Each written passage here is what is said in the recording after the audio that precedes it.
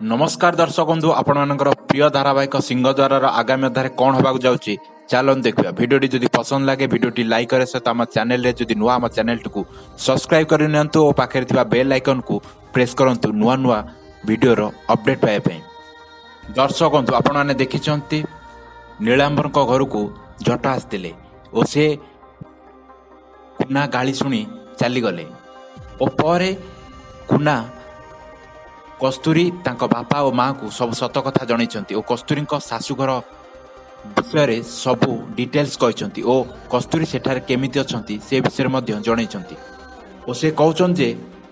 सोन को बड़ भाई और जट से चाहूनांती जे कस्तूरी से घरे रहू सेथिपई ताकू बाहर करिया पई चेष्टा करछंती। ए कथा सुनी कस्तूरी माँ बापा बहुत व्यस्त हो पड़छंती और कस्तूरी माँ फोन करछंती कस्तूरी पाखक से कहउछंती कुना आस्तिला से कहला कि कोमारू फेरला पर किसी भी मन पड़ुनी। ये कथा कौन सत?